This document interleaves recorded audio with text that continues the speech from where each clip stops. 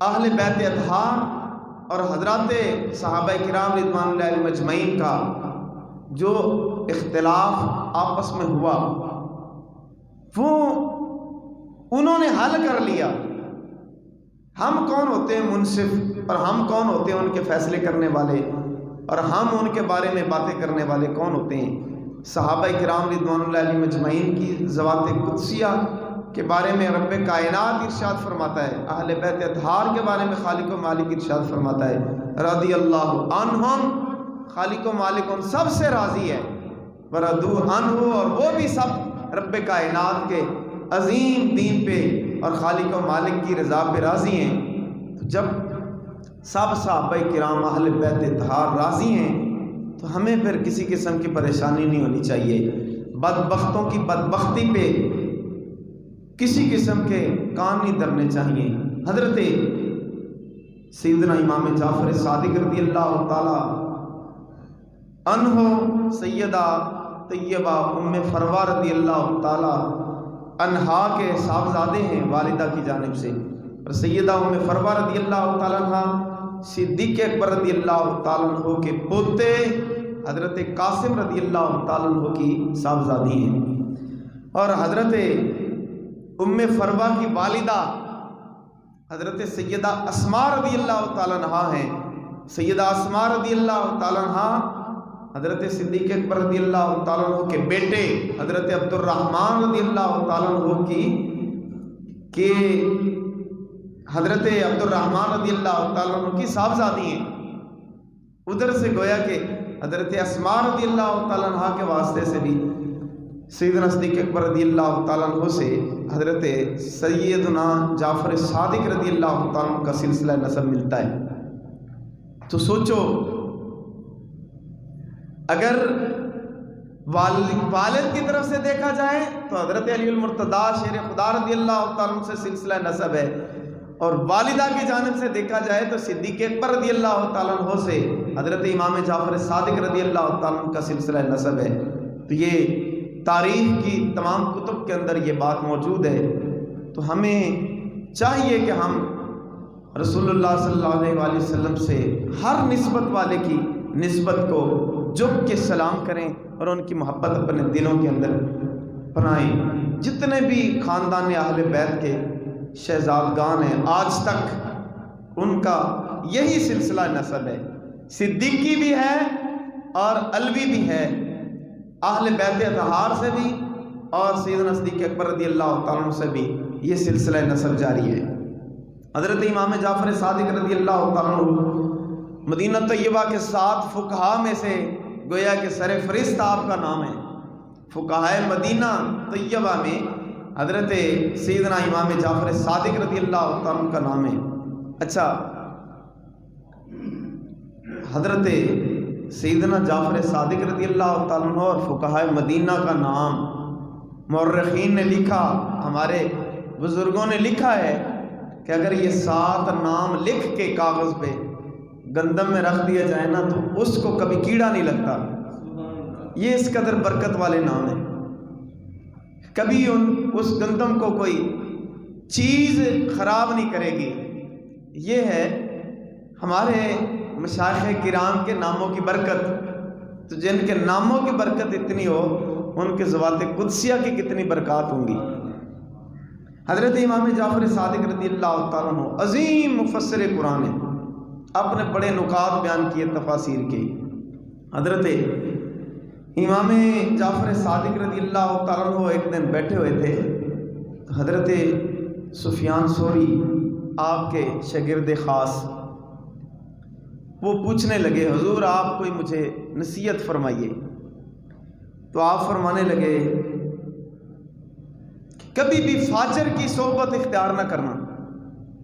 فاجر اس کو کہتے ہیں جو شریعت کی باتوں پہ عمل نہ کرتا ہو، گناہ گار، نمازی نہ ہو، روزے نہ رکھتا ہو، زکوٰۃ کے نصاب کا مالک ہو تو زکوٰۃ نہ دیتا ہو، حج کرنے کی استطاعت رکھتا ہو تو حج نہ کرتا ہو، نیکی کے کام نہ کرتا ہو اور برائیوں میں ملوث ہو، برائیوں میں ملوث ہو، کبھی ان کی صحبت اختیار نہ کرنا۔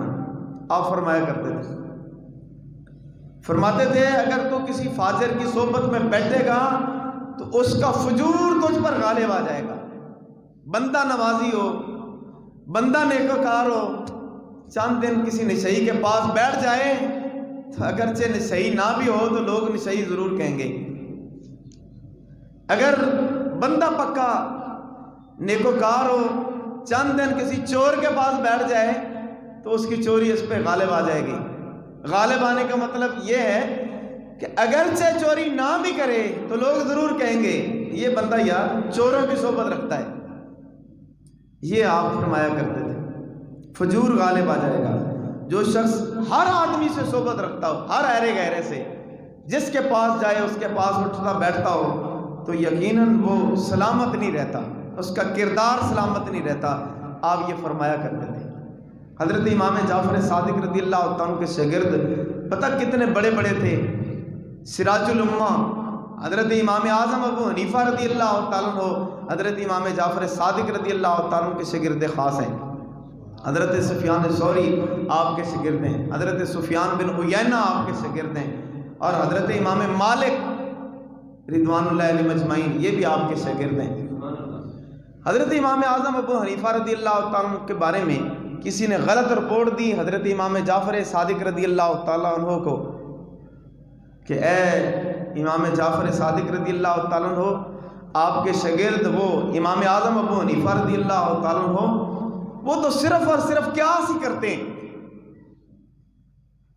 دین میں آپ کا مذہب گویا قیاسی ہے کہ جو مسئلہ ہو آپ اپنی عقل پہ سوچ کے وہ بیان کرتے ہیں، کبھی قرآن و حدیث سے دلیل نہیں دیتے. تو حضرت امام جعفر صادق رضی اللہ تعالیٰ عنہ ایک مرتبہ تشریف لا رہے تھے کوفہ میں، تو حضرت امام اعظم ابو حنیفہ رضی اللہ تعالیٰ عنہ جھک کے ملے تو امام جعفر صادق رضی اللہ تعالیٰ عنہ فرمانے لگے اے ابو حنیفہ، پتہ چلا ہے کہ تم قیاس سے مسئلے بتاتے ہو، عقل سے، حدیث پاک کا حوالہ نہیں دیتے اور حدیث پاک پہ عمل نہیں کرتے. تو حضرت امام ابو حنیفہ عرض کرنے لگے حضور مجھے بتائیے کہ میں چاند ایک مثالیں دیتا ہوں، میں کون ہوتا ہوں شریعت مطہرہ میں حدیث پاک کی مخالفت کرنے والا؟ بتائیے حضور کہ عورت کمزور ہے یا مرد کمزور ہے؟ تو یقیناً عورت کمزور ہے.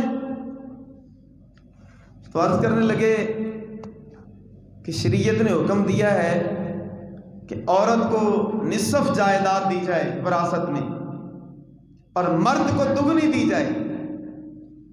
لڑکا ہو تو اس کو دوسرا حصہ ملے گا 2 لڑکیوں جتنا، اور لڑکی ہو تو اسے اکیلا حصہ ملے گا. ایک لڑکے کے برابر حصے میں سے کم حصہ، آدھا حصہ ملے گا. تو اگر میں قیاس کرتا تو یوں کہتا کہ عورت کمزور ہے اسے دگنا حصہ دو اور مرد قوی ہے اسے آدھا حصہ دو. لیکن شریعت نے بتایا ہے چونکہ قرآن و حدیث میں آیا ہے کہ عورت کو آدھا حصہ ملے گا اور مرد کو دگنا حصہ ملے گا، میں نے ایسے ہی مسئلہ بتایا ہے. دوسری آپ نے مثال یہ رکھی کہ حضور چاہیے یہ تھا کہ موزوں پر مسح کرنا ہو تو نیچے سے کیا جائے کیونکہ مٹی نیچے لگتی ہے پاؤں کے، نہ کہ اوپر. تو چونکہ رسول اکرم صلی اللہ علیہ وسلم نے فرمایا ہے کہ مسح پاؤں کے موزوں کے اوپر کرنا ہے تو میں ایسے ہی حکم دیتا ہوں کہ رسول اللہ صلی اللہ علیہ وسلم کے فرمان کے مطابق موزوں کے اوپر مسح کیا جائے. قیاس پر عمل کرتا تو یوں کہتا کہ مٹی نیچے لگتی ہے، ناپاکی نیچے لگتی ہے، نیچے سے صاف کرو. اس لیے میں تو حدیث پاک پہ عمل کرنے والا ہوں. تو آپ نے حضرت امام جعفر صادق رضی اللہ تعالیٰ عنہ نے امام اعظم ابو حنیفہ کی پیشانی چومی اور فرمایا کہ تم نے حق کہا، حدیث پاک پہ عمل کا حق ادا کیا ہے. تو حضرت امام اعظم ابو حنیفہ رضی اللہ تعالیٰ عنہ امام جعفر صادق رضی اللہ تعالیٰ عنہ کے شاگرد تھے، شاگرد خاص تھے.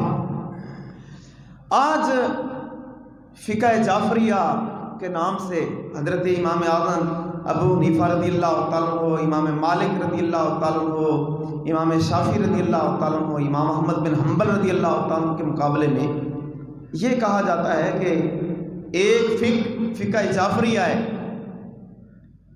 فقہ جعفریہ ہونا کوئی حرج کی بات نہیں، حضرت امام جعفر صادق رضی اللہ عنہ کی فقہ ہو، لیکن اگر اس کے راوی ہی یہودی ہوں تو پھر کیسے وہ فقہ جعفریہ بن سکتی ہے؟ فقہ جعفریہ تو وہ ہونی چاہیے جو آپ کے شاگردوں نے پھیلائی ہے، امام اعظم ابو حنیفہ نے پھیلائی ہے اور حضرت امام مالک نے پھیلائی ہے.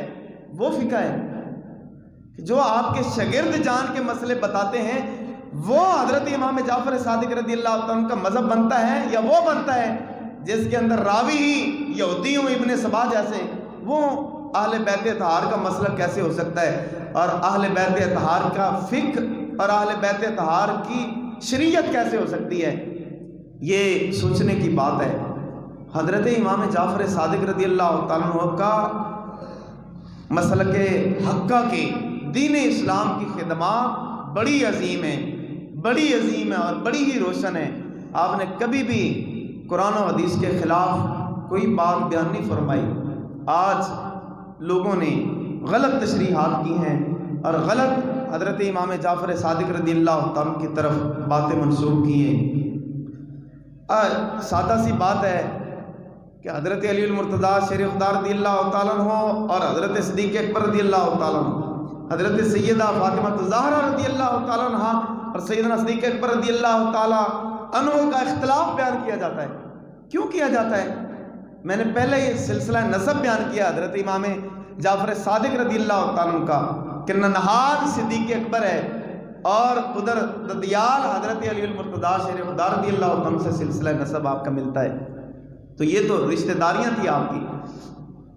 حضرت امام جعفر صادق رضی اللہ تعالیٰ عنہ، حضرت جعفر صادق رضی اللہ تعالیٰ عنہ کے شاگرد حضرت داؤد طائی رحمۃ اللہ تعالی علیہ پوچھنے لگے، آپ کی خدمت میں عرض کرنے لگے کہ آپ مجھے نصیحت فرمائیے. حضرت امام جعفر صادق رضی اللہ عنہ فرمانے لگے، اے ابو سلیمان، تم تو خود بڑے زاہد ہو، بڑے عبادت گزار ہو اور مجھ سے نصیحتیں پوچھتے ہو. حضرت داؤد طائی پھر عرض کرنے لگے، نہیں حضور، آپ جیسا مرتبہ مقام تو کسی کا نہیں نہ ہو سکتا. اہل بیت کا عظیم شہزادہ ہو، امام باقر رضی اللہ تعالیٰ عنہ آپ کے صاحبزادے ہوں اور دنیا میں آپ کی دین اسلام کی خدمات کے چرچے ہوں، تو آپ سے ہی نصیحتیں ہم نے حاصل کرنی ہیں. تو حضرت امام جعفر صادق رضی اللہ تعالیٰ عنہ فرمانے لگے، اے ابو سلیمان، ابو سلیمان آپ کی کنیت تھی ابو حضرت داؤد طائی رحمۃ اللہ تعالی علیہ کی، اے ابو سلیمان، میں اس بات سے ڈرتا ہوں کہ قیامت کے دن میرے جد بزرگوار کہیں مجھ سے پوچھ نہ لیں، اے جعفر صادق تم نے دین کی خدمت کیا کی ہے. میں تو اس بات سے ڈرتا ہوں کہ میرے جد بزرگوار امام باقر، امام زین العابدین، امام حسین، حضرت علی المرتضیٰ اور خود رسول اللہ صلی اللہ علیہ وآلہ وسلم یہ مجھ سے پوچھ نہ لیں کہ اے جعفر صادق تم نے دین اسلام کی خدمت کیا کی ہے، تو میں کیا جواب دوں گا؟ میں تو اس لیے ڈرتا رہتا ہوں. حضرت داؤد طائی چیخ و پکار کرنے لگے، اتنا زور و شور سے روئے کہ اے جعفر صادق، آپ اتنا ڈر رہے ہیں جو امام زاہد ہیں اور اتنے مرتبہ مقام کے مالک ہیں، تو ہم کس کھاتے میں ہیں؟ بڑے روئے، اس قدر روئے، روتے روتے آپ کی ہچکی بند گئی. اور حضرت امام جعفر صادق رضی اللہ عنہ مزید فرمانے لگے کہ میرے بزرگوار جد بزرگوار نے اگر مجھ سے پوچھ لیا کہ مجھ سے مشابہت تھی تمہاری، کیا آپ کا حلیہ مبارک رسول اللہ صلی اللہ علیہ وآلہ وسلم سے ملتا جلتا تھا، امام حسن مجتبیٰ سے ملتا جلتا تھا اور ان سے ملتی جلتی مشابہت تھی، تم نے ہماری جتنی کوشش بھی کی ہے کہ نہیں؟ کیونکہ جو نسبت ہے، آپ فرمایا کرتے تھے، جو نسبت ہے وہ کام نہیں آئے گی، نیک اعمال کام آئیں گے، نیک اعمال کام آئیں گے. گرچہ اہل بیت اطہار کی نسبت کام آئے گی، لیکن آپ فرمایا کرتے تھے عاجزی کی بنا پر کہ نیک اعمال کام آئیں گے، نیک اعمال. حضرت داؤد طائی زار و قطار روتے رہے، پھر فرمانے لگے کہ آج کے بعد تو پھر مجھے چاہیے کہ میں بس مسجد کے اندر ڈیرے ڈال لوں اور ہمہ وقت رب کائنات کی عبادت میں مصروف رہوں۔ یہ آپ کی تربیت کا اثر تھا۔ حضرت امام جعفر صادق رضی اللہ تعالیٰ عنہ کی نسبت سے 22 رجب المرجب شریف کو کنڈوں کے نام سے ختم دلوایا جاتا ہے۔ ایصال ثواب جب بھی ہو جائز ہے۔ قرآن مقدس کی آیت کریمہ ہیں جو بعد میں آئیں گے، پہلوں کے لیے استغفار کریں گے۔ کوئی بھی عقائد کی کتاب اٹھا لو، مرام الکلام ہو، الیواقیت والجواہر ہو، جتنی بھی ہو، چاہے وہ نصاب درس نظامی میں داخل ہوں چاہے نہ داخل ہوں، کسی کتاب کے اندر ایصال ثواب سے روکا نہیں گیا۔ قرآن پاک کی تلاوت کر کے اپنے بزرگوں کو ایصال کرنا، یقیناً ان کو بھی ثواب پہنچے گا، آپ کے کھاتے کا ثواب آپ کو بھی ملے گا، کبھی کمی نہیں ہوگی۔ یقیناً کوئی صدقہ و خیرات کرے، صحابہ کرام رضوان اللہ علیہ مجمعین کے فرامین موجود ہیں۔ رسول اللہ صلی اللہ علیہ وسلم نے خود ارشاد فرمایا حضرت سعد رضی اللہ تعالیٰ عنہ کو کہ آپ عرض کرتے ہیں یا رسول اللہ علیہ وسلم میری والدہ فوت ہو گئی تو وہ چاہتی تو صدقہ و خیرات کرتی، تو میں صدقہ و خیرات کرنا چاہتا ہوں ان کی طرف سے، کیا کروں؟ آقا علیہ السلام نے ارشاد فرمایا پانی کا بندوبست کرو۔ تو انہوں نے کنواں خریدا اور اپنی والدہ کا نام رکھ کے کہا کہ یہ میری والدہ کے لیے۔ تو آج ایصال ثواب کرنے میں کوئی حرج نہیں۔ اگر تو ہم کسی ایصال ثواب کی نیاز پہ غیر اللہ کا نام لے رہے ہوں کہ یہ اللہ کے نام کے نہیں ہے اور اللہ کے نام پہ نہیں ہے، تو پھر تو یہ حرج ہے، یقیناً وہ ناجائز ہے، وہ حرام ہے۔ بکرا ذبح کرتے وقت آپ غیر اللہ کا نام لیں یقیناً حرام ہے۔ لیکن اگر اللہ کے نام پر ہی ذبح ہو، اللہ کے نام پر ہی تقسیم ہو، ایصال ثواب کسی ولی کو ہو جائے، کسی اپنے بڑے کو ہو جائے، والد گرامی کو ہو جائے، والدہ کو ہو جائے، تو اس میں کسی قسم کا کوئی حرج نہیں۔ ایصال ثواب میں حرج نہیں، کنڈوں کا ختم دلوانے میں اور اپنے بزرگوں کو یاد کرنے میں کوئی حرج نہیں۔